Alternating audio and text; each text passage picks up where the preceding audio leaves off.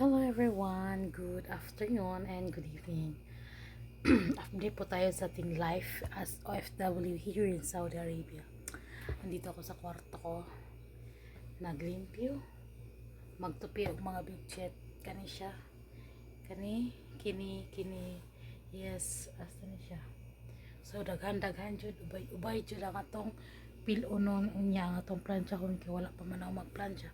Plansahon sa anak ko, saka ko siya tupi lahat para maano ko na siya ma-plain. Kaya dito na ko siya ibutang sa pabaw sa freezer, sa rep. Diba, dyan ako ibutang para ma-plain na po siya balik. Kaya wala naman ko bisita, so kailangan ako maglimpis akong kwarto. So kay naghan pa kog labonon, daghan pa kog gilaban nga mga bedsheet.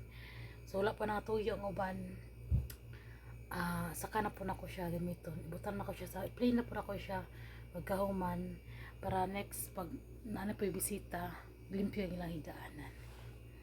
Ganyan talaga pag pretty. Bitaw oy, sus Ginoo ko. Kaya kakapoy na lang ang tuson. Ano na kinasasalaw na kong gibutang ang uban Ay baga kaya kong baga yun kayo siya. Tulad sa kong naong baga. Bitaw. Yan yung life sa buhay OFW. Diba? Usahay malipayon, usahay sadsad. Ano na siya? Muna yung till death do us part. Hala siya kasalan. Sa kasakit o kalipay, mag-uban kitang nag-uban kita duwa. Sa kalisod o sa kalisdanan. Mag-uban kitang aron to pakaulaw. Ay, naganito na yung utak kasi nga wala pa ikaon.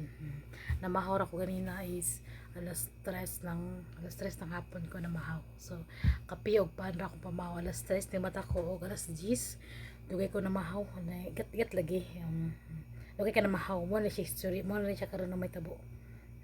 Basta dugay mamahaw matililing na gawin. Matililing yun sila siya gadugay. Ay, Diyos mo yan marimar. Bugnoon ng 50 sar. It's okay. That's normal. That's life. Isang OFW. Bye bye and God bless.